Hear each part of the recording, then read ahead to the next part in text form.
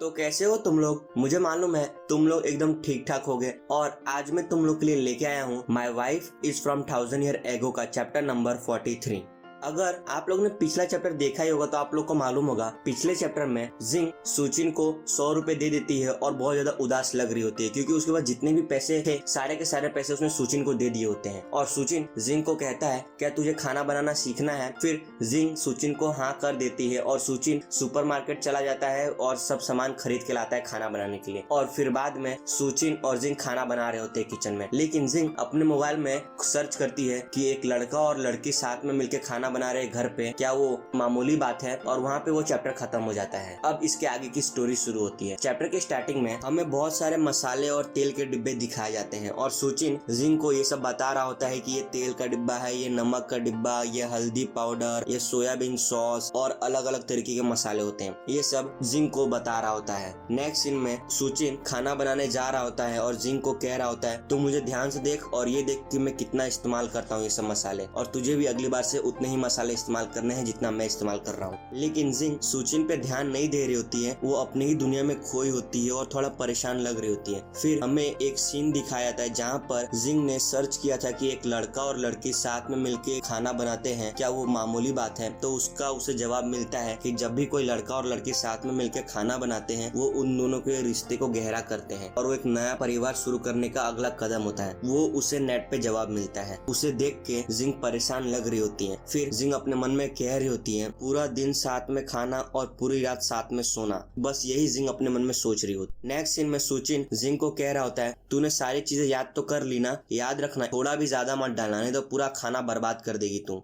ठीक है ना। तभी जिंग सुचिन को नहीं देखती और दूसरी तरफ मुंडी करके कह रही होती है हाँ मैंने अच्छी तरीके से याद कर लिया है। नेक्स्ट सीन में सुचिन कुछ सब्जी काट रहा होता है और जिंग को कह रहा होता है तू कुछ अजीब बर्ताव कर रही है, आखिर तेरे साथ हुआ क्या है। तभी हमें जिंग को दिखाया जाता है और वो कह रही होती है मेरा मन एकदम साफ है। तभी सुचिन कहता है क्या बोल रही है तू। फिर जिंग सुचिन की तरफ मुड़ के कह रही होती है मैं ये कह रही हूँ खाने से बहुत अच्छी खुशबू आ रही है। नेक्स्ट सीन में सुचिन ने फ्राइड पोटैटो बना दिया होता है और बहुत ही अच्छा दिख रहा होता है। फिर हमें जिंग को दिखाया जाता है, जिंग बहुत ही ज्यादा खुश लग रही होती है उस खाने को देख के और सुचिन को कह रही होती है इस खाने से कितनी अच्छी खुशबू आ रही है और कितना अच्छी तरीके से चमक भी रहा है। और बाजू में सुचिन हाथ में चावल लेके खड़ा होता है। नेक्स्ट सीन में सुचिन जिंग को वो चावल का कटोरी दे देता है और जिंग सुचिन को कहती है तुम्हारा शुक्रिया। नेक्स्ट सीन में सुचिन और जिंग साथ में बैठ जाते हैं खाना खाने के लिए और सुचिन अपने मन में कह रहा होता है जब हम दोनों साथ में रह रहे हैं मेरा मतलब है कि जब मैंने जिंग को 2 महीने पहले घर में रखा तब से मैंने आज तक कभी खाना नहीं बनाया घर पे, और ये पहली बार है कि हम दोनों साथ में मिलके खाना बना के खा रहे हैं। नेक्स्ट सीन में जिंग खाना खा रही होती है। फिर सीन चेंज होता है, हमें जिंग को दिखाया जाता है जिंग बहुत ही ज्यादा खुश लग रही होती है खाना खा के, उसके आंख भी चमक रहे होते हैं और वो कह रही होती है बहुत ही ज्यादा स्वादिष्ट है और कह रही होती है क्या ये आलू सच में जमीन के अंदर उगते हैं। तभी सुचिन जिंग को कहता है वरना क्या ये हवा में उगते हैं, और कह रहा होता है और ये भुने हुए आलू हैं और ये भी बहुत ज्यादा स्वादिष्ट है,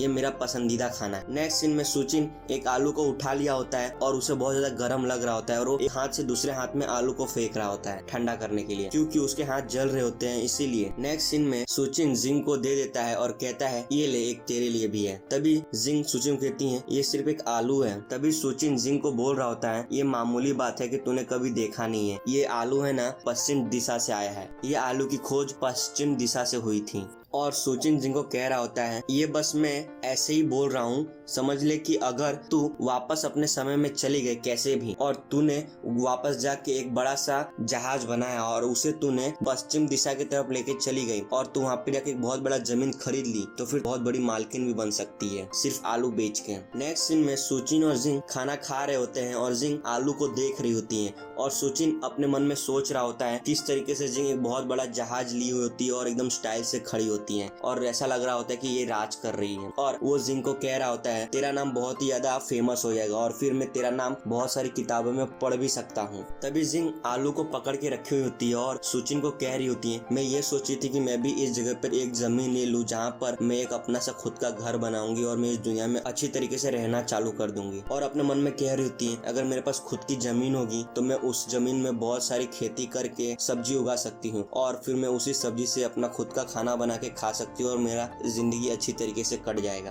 तभी सुचिन जिंग को कहता है, क्या बोला तूने, जमीन? हाँ तुमने सही सुना, और मैं उस जमीन पे बहुत मेहनत करूंगी। क्या हुआ, मैंने ये सब चीज को अगर नहीं देखा हो, लेकिन मैं फिर भी ये सब सीख सकती हूँ और मुझे अपने आप पे इतना भरोसा है कि मैं सब कुछ अकेले ही कर लूंगी। तभी हमें सुचिन को दिखाया जाता है। सुचिन जिंग को कह रहा होता है, मैं तुझे एक सलाह देता हूँ कि जो तेरे दिमाग में ये आइडिया आया है ना, उसको हटा दे। जमीन पे खेती करके जिंदगी जीना बहुत ही बेकार है। सुचिन अपने मन में कह रहा होता है, जिंग जैसे लोग जमीन से बहुत ज्यादा प्यार करते हैं और वो लोग हर बार यही सोचते हैं कि किसी न किसी तरीके से वो लोग अपना खुद का एक जमीन खरीद ले। लेकिन अगर तुम लोग खुद का एक जमीन खरीदते हो तो तुम्हें उसको उधर बसाना होगा। लेकिन अभी समय बदल गया है। नेक्स्ट सीन में हमें जिंग को दिखाया जाता है। जिंग सुचिन को कह रही होती है, मैं जमीन क्यों नहीं ले सकती, मेरे पास ताकत है और जब तक मेरे पास पैसे हैं और खेती करने के लिए सब्जी के बीए हैं तो मैं आराम से खेती कर सकती हूँ। अगर ऐसा है तो मैं एक ऐसा जमीन देखूंगी जिसे किसी ने छोड़ दिया और उसी जमीन पे मैं गेहूं चावल उगाऊंगी और मुझे तुम्हारी मदद भी चाहिए होगी वो सब उगाने के लिए। फिर इसी तरीके से 2 या 4 साल में मेरे पास जब खुद की जमीन आ जाएगी और मैं उस जमीन से पैसे कमाना चालू कर दूंगी तो मैं तुम्हारा सारा कर्जा उतार दूंगी। नेक्स्ट सीन में हमें एक आदमी को दिखाया जाता है जो खेती कर रहा होता है और बीच में सुचिन को दिखाया जाता है। सुचिन चिल्ला के कह रहा होता है, 1 मिनट तू उधर ही रुक जा, आगे कुछ भी मत बोल। फिर सुचिन जिंग को कह रहा होता है, सबसे पहले तुझे कैसे इस जगह पे जीना है वो सीखना है, उसके बाद तुझे जो सोचना है वो सोचती रहना। नेक्स्ट सीन में सुचिन अपने मन में जिंग को देख रहा होता है। जिंग पूरी तरीके से काली हो गई होती है धूप में काम करके और अपने मन में कह रहा होता है, 2 या 4 साल पूरी जिंदगी खेती करने में गुजरना बहुत ही बेकार है और मैं इसे कभी भी ये करने के लिए नहीं कहूँगा। नेक्स्ट सीन में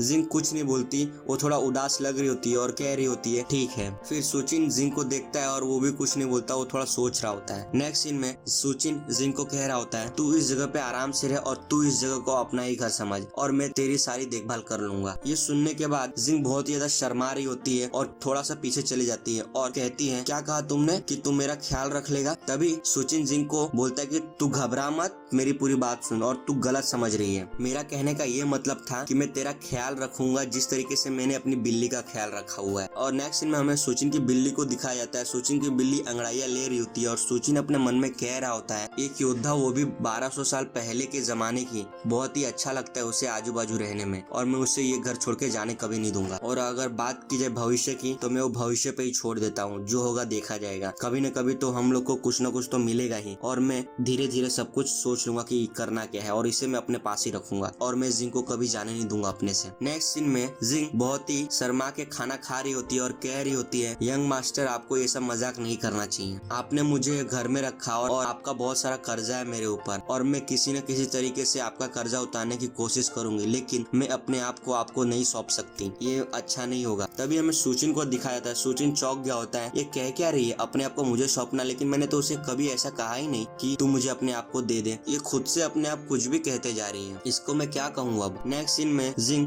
सुचिन को कह रही होती है, मैं इस जगह को अपना खुद का घर नहीं समझ सकती, मैं इस जगह पे बस थोड़े दिनों के लिए रह रही हूँ और मेरे को कुछ छुपाने की जरूरत नहीं है आपसे। फिर सुचिन जिंग को कह रहा होता है, हाँ मुझे मालूम है कि तुझे छुपाने की कोई जरूरत नहीं है और हम दोनों का सोच एकदम क्लियर है और तू इस जगह पे बस थोड़े दिनों के लिए रह रही है और मैंने तुझे ये कहा नहीं कि मैं तेरे साथ कुछ भी करूंगा, क्या तुझे लगता है कि मैं उतना बुरा आदमी हूँ? नेक्स्ट सीन में जिंग थोड़ा अच्छे मूड में आके सुचिन को कह रही होती है, तू बहुत ही अच्छा इंसान है। तभी सुचिन गुस्सा हो जाता है और जिंग को कह रहा होता है, नहीं तू मुझे यंग मास्टर कहेगी, अच्छा इंसान नहीं। फिर हमें बताया जाता है सुचिन की नजरों से देखा जाए तो अच्छा इंसान मतलब मुझे इस लड़की ने रिजेक्ट कर दिया, क्योंकि जब भी लड़की किसी को रिजेक्ट करती है तो वो कहती है तू बहुत अच्छा इंसान है लेकिन मैं तुझसे प्यार नहीं करती, इसीलिए सुचिन को बहुत ज्यादा गुस्सा आ रहा होता है। तभी जिंग कहती है ठीक है। फिर नेक्स्ट सीन में रात हो गई होती है, सुचिन टीवी देख रहा होता है और जिंग कंप्यूटर पे काम कर रही होती है। तभी जिंग को कंप्यूटर में कुछ मिलता है, फिर जिंग एक एप्लीकेशन को खोलती है, फिर उसे एक वेबसाइट मिलता है और उस पे वो एक एल्बम की फोटो देखती है। तभी बोलती है ये तो,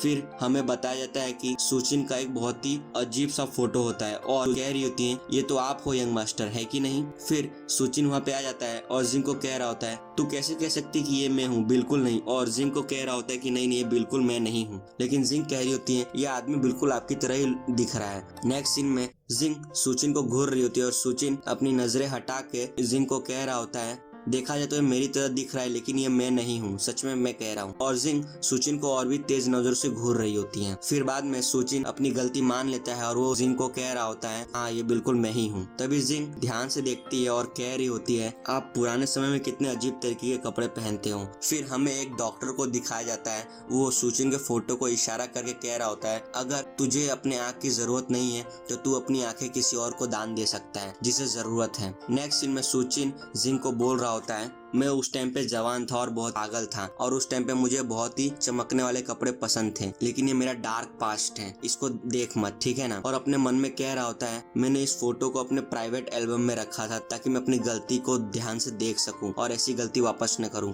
लेकिन ये जिंग ने कैसे खोज लिया मुझे भी मालूम नहीं चल रहा। अच्छा है कि मैंने और भी अपने अजीब अजीब तरीके के वीडियो को किसी और फोल्डर में रखा हुआ है, अगर उसने ये सब देख लिया होता फिर वो मुझे डर के इंसान समझने लगती। और यहाँ पर ये चैप्टर खत्म होता है। अगर आप लोग इस चैनल पर नए हैं तो चैनल को सब्सक्राइब करना बिल्कुल मत भूलना और साथ ही बेल आइकन दबा देना। जब भी मैं अगला एपिसोड अपलोड करूंगा तो आपको सीधा नोटिफिकेशन मिल जाएगा। अब हम लोग आपको अगली बार मिलेंगे my wife is from 1000 year ago का चैप्टर नंबर 44 में। तब तक के लिए टाटा और बाय बाय।